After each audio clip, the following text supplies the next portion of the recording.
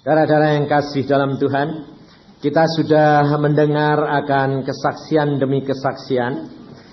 Sekarang pada saat ini saya hendak mengajak kepada saudara-saudara untuk mengenal siapa sebenarnya Tuhan Yesus Kristus itu. Banyak orang mengatakan dirinya orang Kristen, tetapi sebetulnya mereka belum kenal akan Dia. Seperti kata Pak Syanturi, 48 tahun menjadi orang Kristen, sekedar agama Kristen, tapi tidak mengenal Dia. Karena kerap kali saudara, kekristenan itu dianggap adalah suatu agama. Saya selalu katakan, kekristenan tidak sekedar agama, tetapi adalah pengalaman pribadi dengan Allah. Pemrosesan kembali kehidupan di dalam dunia ini. Karena itu saudara, kalau saya melihat orang Kristen, saya dari kecil tidak mau menjadi orang Kristen. Karena dari kecil saya lihat orang Kristen itu adalah semua munafik. Betul katanya Pak Syanturi, katanya bodolan. Jadi kita harus sadar saudara. Sebab kenapa orang tidak mau menjadi orang Kristen? Orang Kristen munafik. KTP-nya Kristen, perbuatannya lebih jahat daripada orang yang bukan Kristen. Karena mengapa? Karena tidak kenal akan Tuhan Yesus Kristus. Pada waktu saya kecil saya tidak mau menjadi orang Kristen. Karena apa? Karena kenyataan-kenyataan yang saya lihat. Tetapi saudara, setelah saya mendengar dia berbicara, umur 12 dia berkata, jadi hambaku. Baca firman Tuhan. Saya bilang, wah apa orang Kristen munafik. Baca, alami, lakukan, dan engkau lihat. Kalau tidak semua jadi, jangan percaya. Lalu saya mulai membaca, alami, dan semuanya jadi. Lalu saya mengatakan, wah luar biasa. Hidup sebetulnya hidup di dalam dunia ini, Allah sudah memberikan kepada anak-anaknya yang mau percaya kepada Dia. Tetapi kerugiannya adalah mereka tidak mau mengenal akan penciptanya.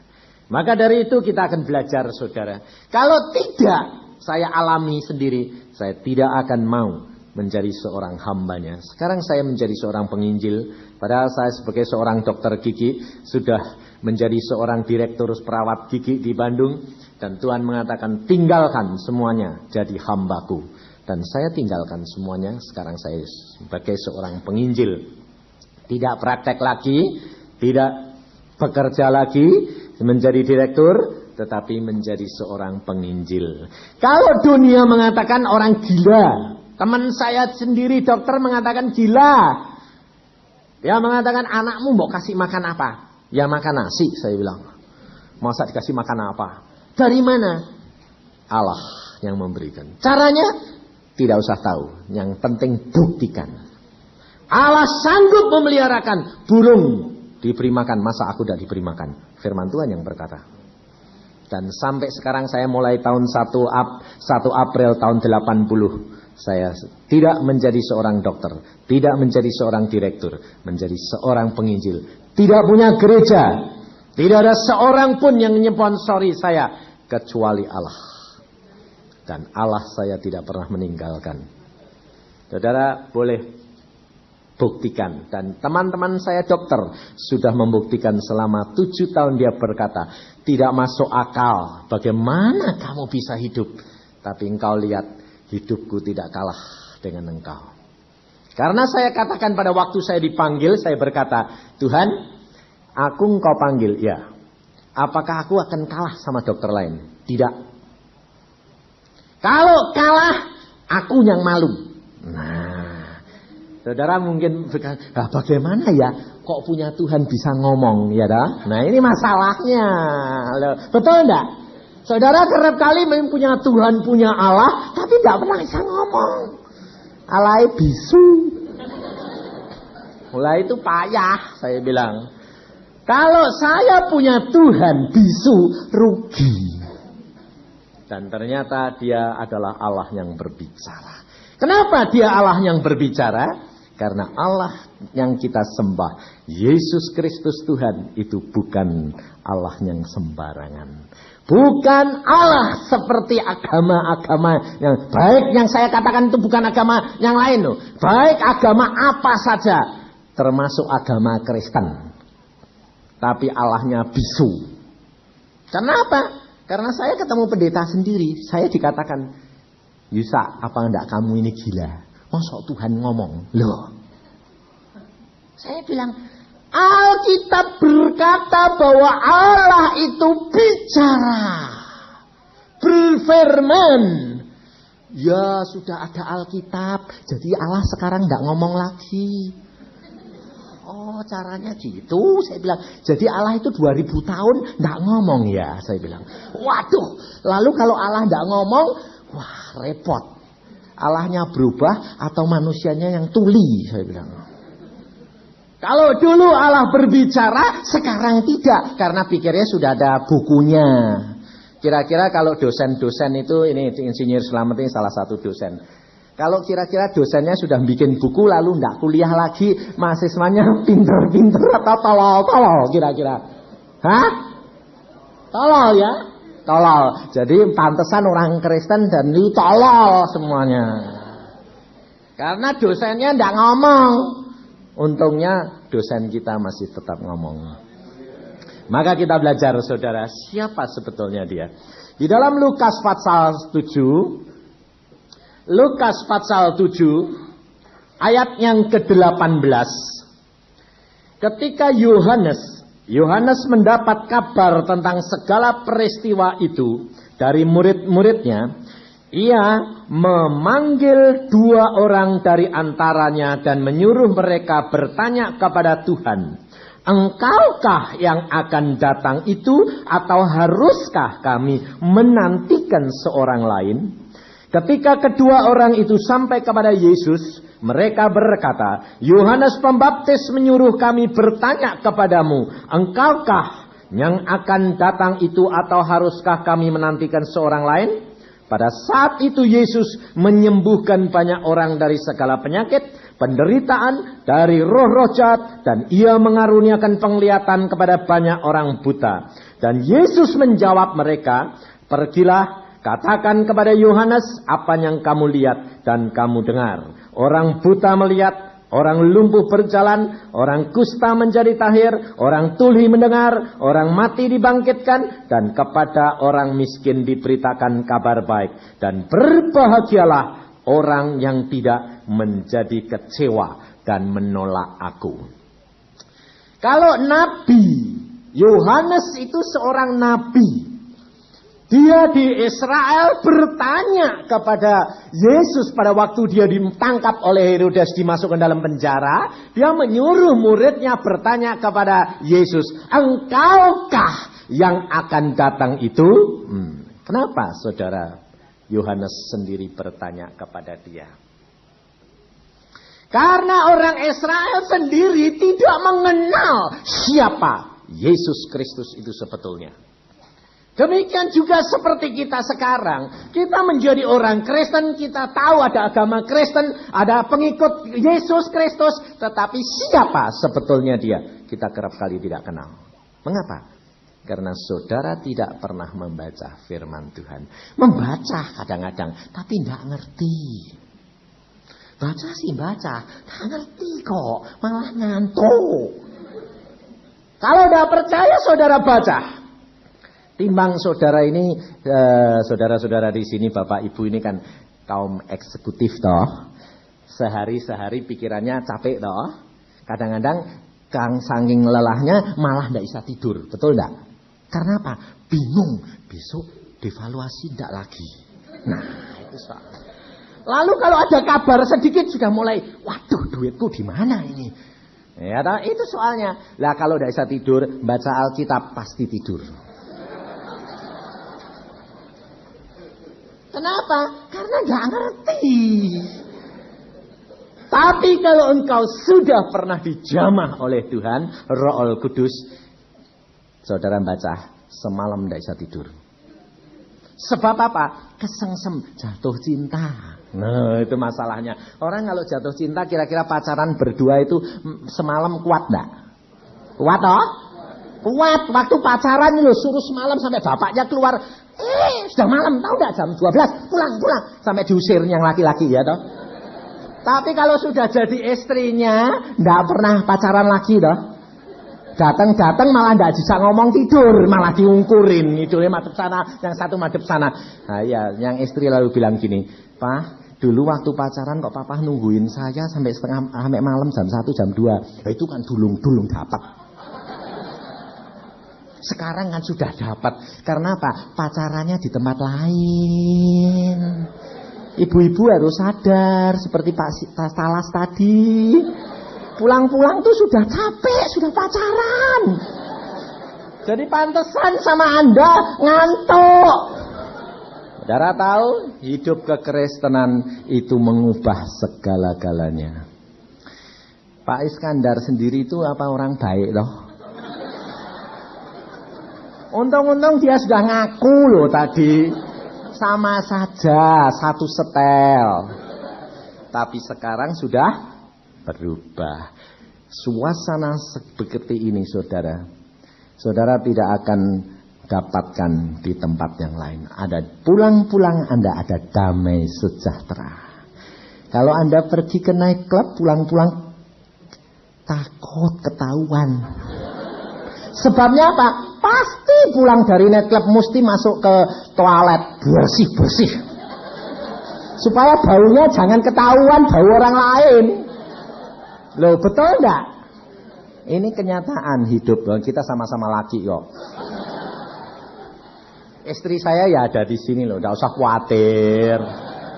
Belak-belakan kalau ngomong. Loh, sebabnya apa? Memang laki-laki itu diciptakan sudah begitu. Tetapi Yesus datang untuk mengubah kita. Saudara tahu. Saya seorang yang dulu brengseknya juga satali 3 uang sama. Boleh tanya istri saya. Dan semuanya diubah Tuhan jadi baru. Saya sudah 52 tahun, istri saya 51. Loh. Tapi sekarang hidup saya kayak pacaran terus. Loh, boleh tanya dia istri saya. Benar, sampai anak-anak saya yang sudah gede-gede bilang, "Papa sama mama tambah tua, kok tambah pacaran terus."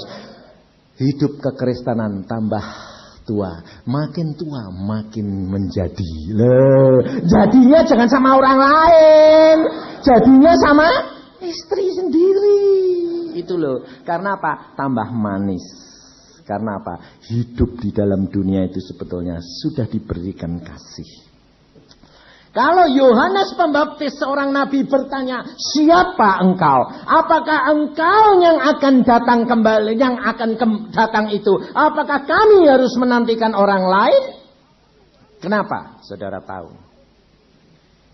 Saya pada waktu bertemu dengan seorang direktur di dalam pesawat, dia bertanya kepada saya, "Pak, agama Kristen kok lucu ya Pak? Kenapa? Allah kok bisa punya anak? Yesus disebut anak Allah. Jadi Allahnya itu punya anak." Saya berkata begini, "Saudara tidak mengenal dia. Saya akan ceritakan," saya bilang. "Dan malam ini saya cerita kepada saudara. Saudara harus mengenal siapa Yesus Kristus. Allah itu adalah Allah yang adil. Allah ini Allah yang maha kuasa. Setiap dunia, setiap bangsa mempunyai nabi. Dan tiap-tiap nabi itu diberikan wahyu oleh Allah untuk supaya menuntun orang ke surga. Betul enggak? Setiap bangsa. Jangan saudara kira di sini banyak orang Tionghoa, jadi Gongcu itu nabi loh. Dan Gongcu sendiri berkata, "Kalau aku hari ini dapat bertemu dengan kebenaran, aku malam ini mau mati." Gongcu sendiri berkata. Sebab apa? Sebab dia diberikan wahyu untuk menuntun di orang kepada surga, tetapi dia belum pernah ketemu akan kebenaran itu. Dia menunjukkan jalan-jalan supaya berbuat baik, supaya menuju kepada kebenaran, tapi dia belum pernah bertemu dengan kebenaran. Dan di dalam nabi yang lain juga dia mengatakan, di dalam orang Indonesia adalah Joyoboyo. Joyoboyo sendiri seorang nabi. Dan dia berkata, akan datang nanti Ratu Adil yang akan memerintah dunia. Untuk pergi ke surga, seperti jalannya sempit, rambut satu dibelah 7. Nah, baca firman Tuhan, semuanya digenapkan. Di dalam nabi satu lagi, Nabi Muhammad, dia berkata, Isa bin Maria, dia akan datang kembali menjadi hakim di atas segala hakim. Dia akan menghakimi dunia ini. 3 nabi paling sedikit sudah mengatakan. Kalau di dalam Alkitab Nabi Musa, di dalam Alkitab lagi Nabi Beliam, nabinya bangsa Median. 5 nabi paling sedikit sudah menyatakan siapa sebetulnya keadilan dan kebenaran itu. Maka dari itu saudara, kita harus tahu mengapa Yesus dikatanya oleh Yohanes Pembaptis, apakah engkau yang datang itu ataukah kami harus menanti orang lain? Maka pada waktu saya ditanya juga mengatakan, apakah Allah beranak? Saya berkata, Allah tidak pernah beranak. Nah, kenapa Yesus disebut anak Allah? Saya katakan, Allah adalah pencipta langit dan bumi. Dan dia adalah ruh adanya. Dan manusia di dalam dunia ini semua mengatakan dirinya punya Allah. Tetapi kenyataan mereka membuat bentuk-bentuk Allah. Ada yang berupa patung, ada yang menyembah pohon, ada yang menyembah tempat keramat, ada semua mencari Allah. Karena memang Allah itu roh. Karena Allah tahu manusia itu tidak mungkin kalau tidak diberikan bentuk yang nyata, maka dia sebagai Allah, dia roh adanya, dia menjelma menjadi manusia.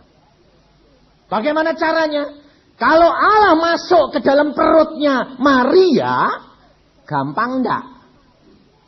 Saudara dan saya bisa lahir karena omongannya dia. Kalau dia sendiri nggak masuk, gampang enggak? Gampang.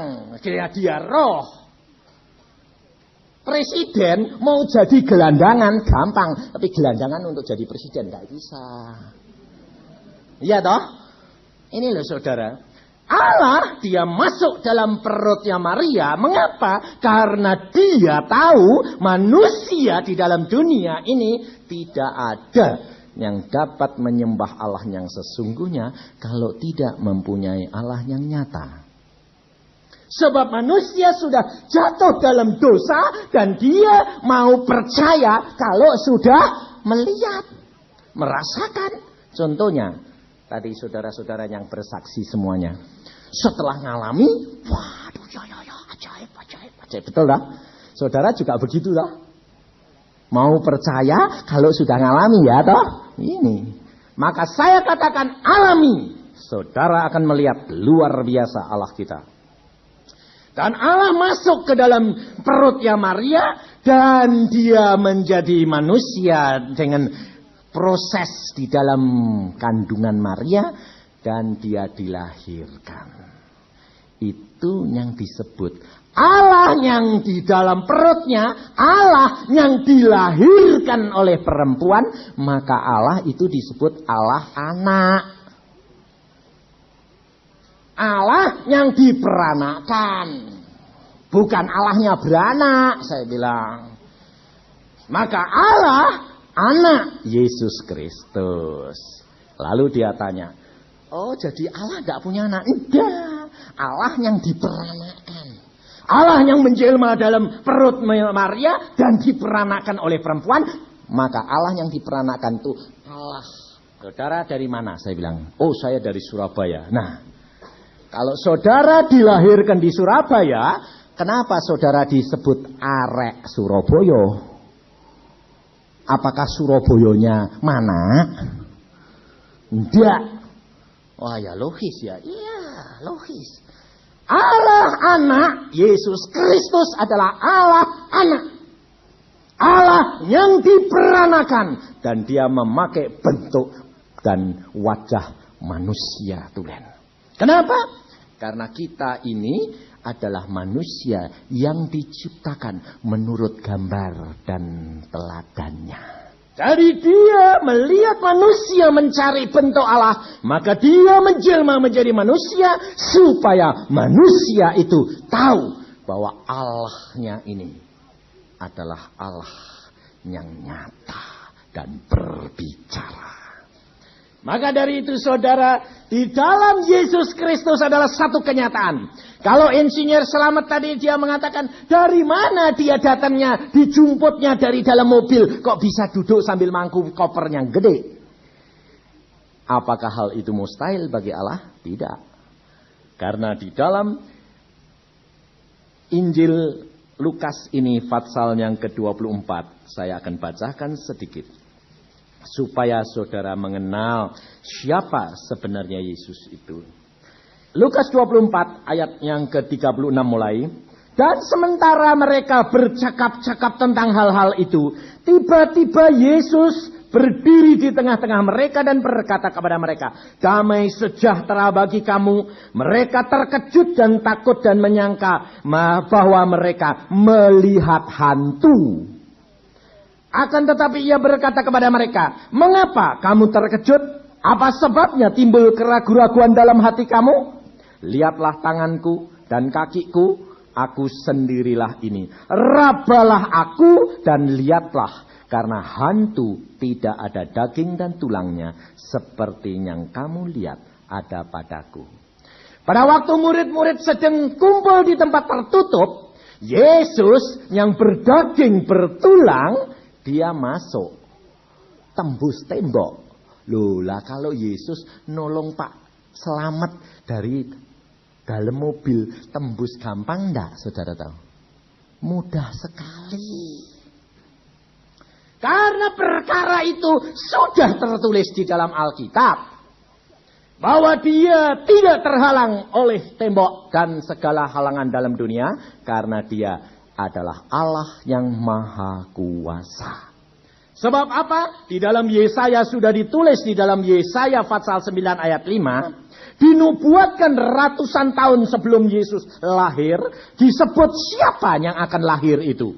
Sebab seorang anak telah lahir untuk kita. Seorang putra telah diberikan untuk kita. Lambang pemerintahan ada di atas baunya. Dan namanya disebut orang penasehat ajaib. Allah yang perkasa, Bapa yang kekal, Raja damai. Allah sendiri yang menjelma menjadi manusia di dalam Yesus Kristus. Dan Allah kita adalah Allah yang mempunyai tubuh manusia. Allah yang sanggup melakukan segala perkara. Allah yang menciptakan langit dan bumi. Dan dia dapat diraba, dapat dipegang. Dan dapat berbicara dengan kita. Muka dengan muka. Karena di dalam firman-Nya ayat yang lain berkata. Tidak ada seorang pun yang akan melihat Allah. Karena memang Allah roh. Tetapi di dalam Matius 5 dikatakan. Berbahagialah orang yang suci hatinya. Karena mereka akan memandang Allah.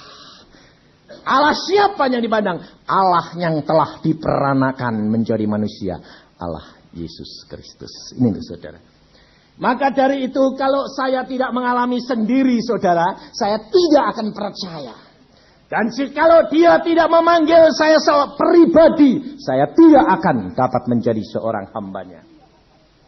3 kali saya diundang oleh dia. Dan saudara boleh tanya istri saya pada waktu saya katakan, saya tanya, engkau jadi hambaku. Kapan? 1 April tahun 80. Pada waktu itu masih 79, dia ngomong 1 tahun sebelumnya. Lalu saya berkata, Tuhan, tapi istriku mana percaya.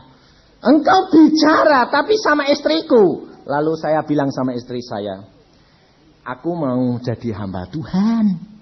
Istri saya bilang, apa? Lalu gak praktek? Enggak. Aku mau kasih makan apa? Ya makan nasi, saya bilang. Bagaimana caranya? Tidak tahu. Lalu kalau aku tidak punya, minta saya bilang. Saya bertanggung jawab sebagai suamimu. Lalu omongannya dia apa? Dia bilang, Tuhan kan ngomong sama kamu toh? Ya, tidak ngomong sama saya toh. Aku kan istrimu, satu bagian. Kan katanya suami istri itu setubuh, satu tubuh. Lah kalau ngomong sama kamu ya mesti ngomong sama saya. Waduh, saya jadi bingung. Lalu saya bilang, lah terus bagaimana? Suruh buat saya bisa mengerti. Kalau aku tidak mengerti, tidak. Wah lah saya jadi bingung ini. Saya bilang sama Tuhan, ya terus langsung ngomong, Tuhan bagaimana ini caranya? Aku akan bisa buat dia mengerti. Bagaimana caranya Tuhan? Apa? Dia tanya. Lalu saya tanya, apa yang kamu mau minta? Gini, saya mau minta sesuatu dari Tuhan yang istimewa. Apa? Pada waktu tahun 80, itu belum ada, baru pertama kali keluar itu kompor yang panggangan ayamnya muter-muter itu loh. Itu dia bilang, aku mau kepengen itu. Beli toh. Nggak mau. Loh, lah kok nggak mau beli? Iya. Kalau beli kan aku yang usaha atau kamu yang ngasih duit. Enggak. Saya minta tanda itu tanganku sendiri. Allah sanggup memberi, aku enggak. Walah, saya pikir gini, walah kamu kok kurang ajar gitu. Siapa yang ngasih? Kamu istri dokter yang mau ngasih gitu. Enggak, dikasih orang enggak ada mau. Mau beli ke ya enggak mau. Tapi tanganku sendiri yang harus diberkati Tuhan. Saya bilang, lah kamu enggak kerja kok. Bisa diberkati bagaimana? Loh, katanya Allah mau ngomong. Ya mesti ngomong sama saya. Waduh. Lalu saya bilang, Tuhan ampuni. Tuhan ngomong apa? Aminkan. Loh, caranya enggak usah kamu tahu. Nanti tak urus ya nih. Wah, lah saya bilang, amin. Lalu saya bilang, amin. Lalu istri bilang, benar ya. Ya. Lah saya turut ya. Lah dia bilang amin sama saya. Lah saya tidak tahu caranya bagaimana. Ya. Tapi kalau tidak jadi, kamu tetap praktek loh ya. Ya. Bagaimana? Dia istriku. Ya. Saya bilang, oke. Lalu saya sedang sembahyang, saya tidak tahu caranya bagaimana. Setelah seminggu lewat, di koran itu ada sayembara. Ibu Nyonya Tansil, Profesor Tansil ngadakan sayembara. Sayembara masak perlombaan seluruh Jawa Barat. Jago-jago masak disuruh berlomba, suruh menang-menangan yang menang dapat hadiah kompor Ariston anempit yang ada panggangan ayamnya muter-muter. Lalu pada waktu saya baca koran, dia berbicara kepada saya langsung, enggak dalam hati, langsung ngomong, istrimu suruh ikut berlomba. Lalu saya panggil, saya sedang di kamar, lalu istri saya panggil, Cat, namanya istri saya itu Kiat. Kiat itu bahasa Jawanya itu kuat. Lalu saya panggil dia, Cat sini. Saya bilang, apa? Tuhan berkata, saya bilang, kamu disuruh berlomba turut masak, menurut perlombaan masak ini set dari Cornet Beef Set. Hadiahnya kompor Ariston. Kamu minta 4, dia 6 pet. Lalu dia bilang apa? Menghina ya kamu. Mbok sangkai aku ini jago masak apa? Ditanding sama guru-guru masak aku ini. Loh, katanya kamu minta tanda melalui tanganmu diberkati. Lah kalau kamu ndak menang, ya sudah toh aku kan tetap praktek. Lalu dia, ya betul.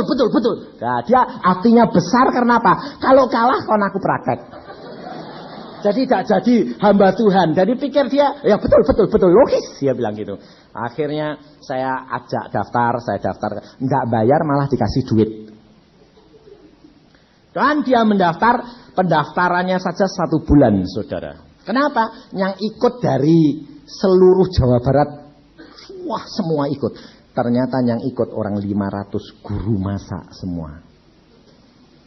Dan pada waktunya sudah sebulan selesai, dia sendiri lupa kalau besok itu perlombaan itu lupa, tidak siap-siap.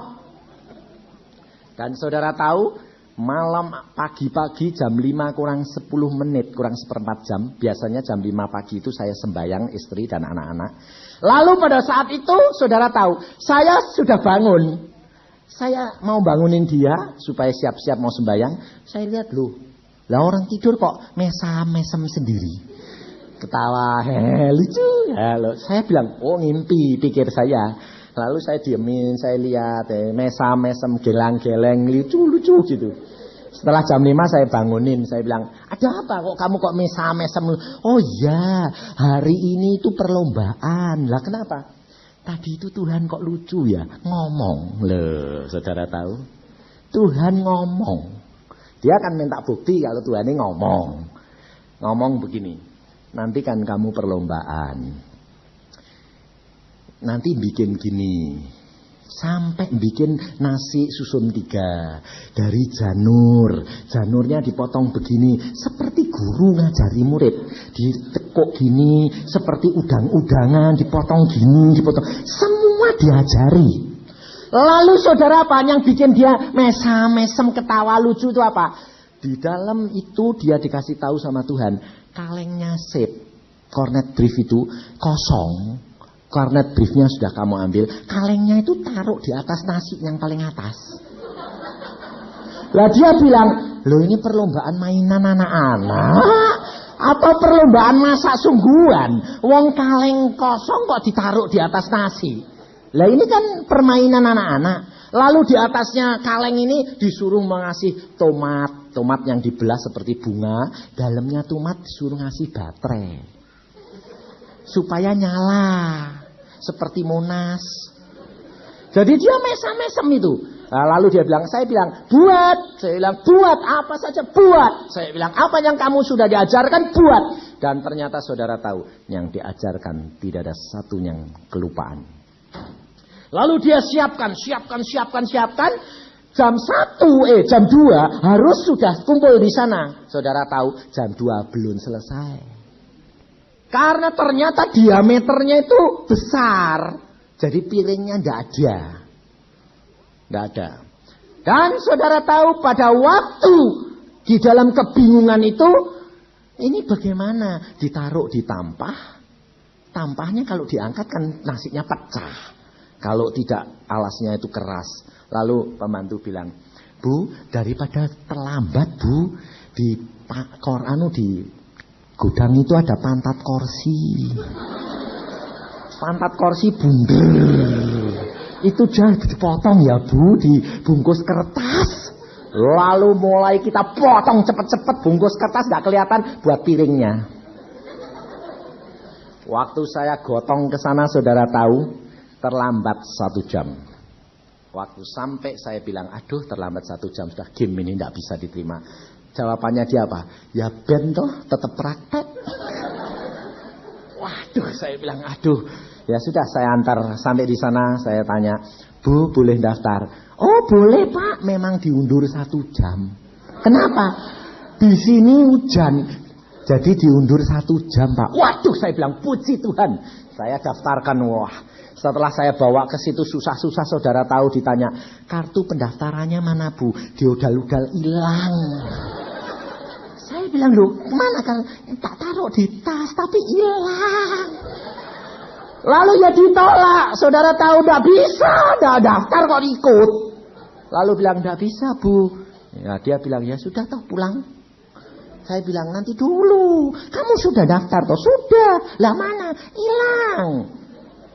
Lalu yang mendaftar dia datang saudara. Ternyata dia termasuk salah satu ketua panitia. Dia lihat istri saya langsung, halo Bu, dulu daftar sama saya toh? Belum tahu kalau kartunya hilang.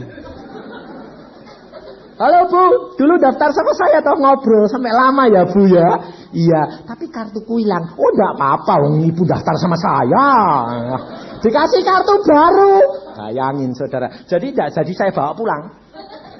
Saya taruh di tengah-tengah. Pikir saya, dia paling gede. 500 itu bagus-bagus semua, tapi yang paling jelek dia punya. Karena pakai tampah, pakai pantat korsi lagi. Terus nasi yang lain bagus-bagus. Lah pikir saya taruh di tengah supaya kelihatan megah. Lah yang di belakangnya kan terhalang, merasa bilang, jangan taruh tengah Pak, ngalang-ngalangi, diseret sana, seret sini. Akhirnya dia jengkel, dia bilang, sudahlah, gotong saja ke pojok sana loh, di belakang yang pojok saja biar nggak kelihatan deh. Saya bilang, ya sudah, saya taruh di pojok sekali. Saudara kan tahu di gedung wanita di Bandung itu luas sekali. Kalau di pojok kan malah remeng-remeng toh. Tambah sama jam 3 sampai penjuriannya cuma 8 keluarga dari Tansil, Profesor Tansil. Sehingga penjuriannya itu lama sampai malam. Lah tambah malam kan yang di pojok itu kan malah gelap toh. Lampunya kurang. Saudara tahu apa yang direncanakan Allah, kita kerap kali tidak bisa mengerti. Di tempat gelap, tomate kan malah nyala. Kalau di tempat terang, tomatnya tidak kelihatan nyala, betul loh. Tomatnya nyala, bawahnya kepala sapi, kalengnya sip. Jadi tambah lama tambah megah, kelihatan Monas, tapi kalengnya sip. Wah, ternyata saudara tahu pada waktu di juri rasanya menang. Harus promosi sip karena yang ngadakan sip. Gak ada yang pakai kaleng sip, cuma satu. Karena hari itu hari Kartini, harus kepribadiannya nasional. Gak ada yang pakai tampah sama janur, kecuali satu. Saudara tahu? Lalu pada waktu itu diumumkan nomor 1. Tapi dia sendiri gak tahu. Karena apa? Nggak lihat nomornya dia. Kan dikasih kartu. Nggak dilihat nomor berapa. Cuma dimasukkan tas. Jadi diumumin 1/4 jam. Itu nggak pernah muncul dia. Dia cuma gini. Kalah percuma. Kalah percuma. Dia bilang gitu. Temennya tanya. Nomormu berapa? Sebojelah. Terus aku tuh kalah. Loh nomormu berapa? Waktu dilihat. Loh nomormu gini kok. Oh ya, kok menang ya, kok aneh. Saudara tahu? Allah memikirkan, manusia memikirkan jalannya. Allah yang menetapkan. Kita tidak bisa tahu, saudara. Dan saya pulang dari praktek, saya mampir, saya bilang, kalah apa menang? Aku praktek atau tutup? Lalu dia nangis, dia bilang, ternyata Tuhan itu luar biasa. Apa yang dia sudah katakan tadi pagi, aku lakukan. Semuanya jadi. Dan ternyata nomor 1. Dan aku bawa pulang kompor ini. Sekarang aku harus menyerahkan engkau menjadi hambanya. Saudara tahu. Bagi manusia mustahil. Bagi Allah tidak ada barang yang mustahil.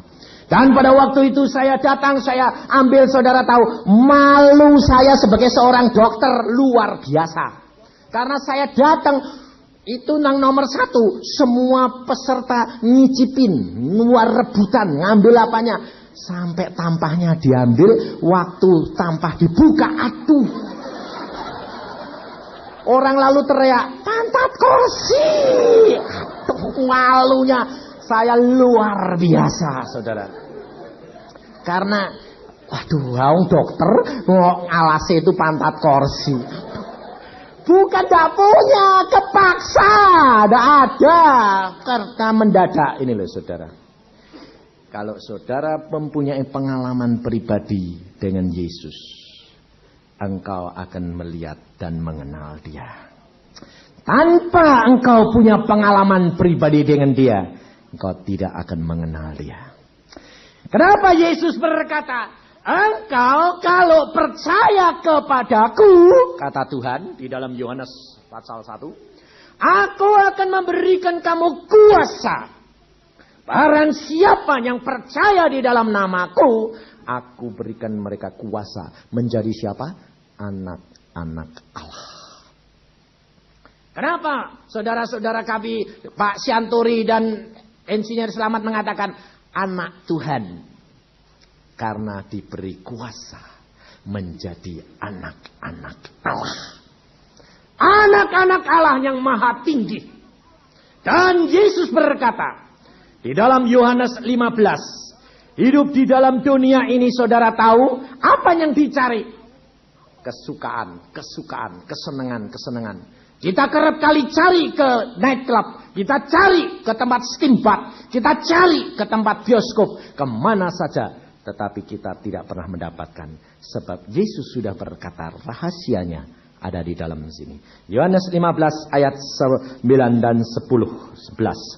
Seperti Bapa telah mengasihi aku, demikian juga aku telah mengasihi kamu. Tinggallah di dalam kasihku itu. Jikalau kamu menuruti perintahku, kamu akan tinggal di dalam kasihku. Seperti aku menuruti perintah Bapa dan tinggal di dalam kasihnya. Semuanya itu kukatakan kepadamu, supaya sukacitaku ada di dalam kamu dan sukacitamu menjadi penuh. Kehidupan kekristenan sudah disediakan. Kesukacitaan kita menjadi penuh. Tidak ada yang lain. Damai sejahtera ada di dalam hati kita. Kita sadar, saudara sebagai pengusaha, pasti saudara yakini ada satu saat saudara tidak dapat mendapatkan kepuasan di dalam hati. Kekosongan ada. Dan hanya ada Dia. Dia berkata, sukacitamu akan penuh. Damaimu aku berikan kepadamu. Kalau saya, kalau Pak Sianturi, kalau Insinyur Selamat, kalau Iskandar, kalau Wilson, semua kalau tidak sudah mengalami, tidak nanti mau mengundang saudara. Karena dia sudah mengalami, dia mendapatkan, dia rindu saudara mendapatkan juga. Itu sebabnya saudara diundang, karena mereka tidak ingin menikmati di dalam keluarganya sendiri, tetapi saudara diajak turut menikmati. Di sini banyak anak-anak Tuhan, pengusaha-pengusaha. Boleh tanya ini salah satu pengusaha Pak Edi itu. Dia mengalami rugi pada waktu devaluasi 800 juta, tapi tetap mesem. Kalau saudara 800 juta kira-kira semalam tidak tidur ya kan? Tapi dia masih ketawa-ketawa. Dia bilang, itu milik Tuhan. Karena apa? Karena dia dididik Tuhan. Karena apa? Karena dia tidak nurut. Istrinya sudah berkata, Pak, dolarmu jangan dipindahkan. Nggak bisa pindah rupiah. Lah dipindah beberapa 2-3 hari kemudian devaluasi. Padahal Alkitab sudah ngomong, Roh Al-Kudus yang aku berikan kepadamu akan memberitahukan kepadamu hal-hal yang akan terjadi. Kita kerap kali pengusaha, kenapa cari peramal? Kenapa cari dukun? Karena mau tahu apa yang akan terjadi. Roh Al-Kudus diberikan, sudah menjamin. Dia akan memberikan tahu kepadamu apa yang akan terjadi. Dia akan menuntun kepadamu dalam seluruh kebenaran. Dia akan memberikan kamu ke dalam jalan kehidupan. Dan saudara tahu, di dalam Yesus Kristus adalah jalan kebenaran dan kehidupan. Nabi-nabi sudah menubuatkan, nabi-nabi menjuruskan, cari kebenaran, cari jalan, cari kehidupan. Saudara dan saya memerlukan jalan kebenaran dan hidup. Tanpa itu, hidupmu tidak akan damai dan sejahtera. Ada sesuatu yang kurang. Dan malam hari ini, saudara sudah tahu siapa Dia sebenarnya. Allah yang menjelma jadi manusia ditawarkan kepadamu. Itulah jalan kebenaran dan hidup. Amin. Mari kita berdoa. Mari kita tundukkan kepala, kita berdoa, kita renungkan, adakah saudara memerlukan Dia? Ataukah saudara merasa cukup? Segala sesuatu sudah engkau dapatkan. Keuangan, kedudukan, kepandaian, kesenangan dunia, adakah itu semuanya membawa damai kepadamu? Hanya ada satu, Dia yang menyelamatkan. Dia yang memberikan jaminan. Dialah jalan, Dialah kebenaran, Dialah hidup. Dia akan memberikan hidupnya untukmu. Dan saudara memerlukan Dia. Baca firman Tuhan. Alami. Lakukan. Kalau tidak terjadi, jangan percaya. Dan saudara akan melihat hidupmu akan berubah. Tidak ada kekhawatiran, tidak ada ketakutan. Sakit penyakit boleh melanda, tetapi engkau akan sanggup mengatasi karena Dia yang menyembuhkan.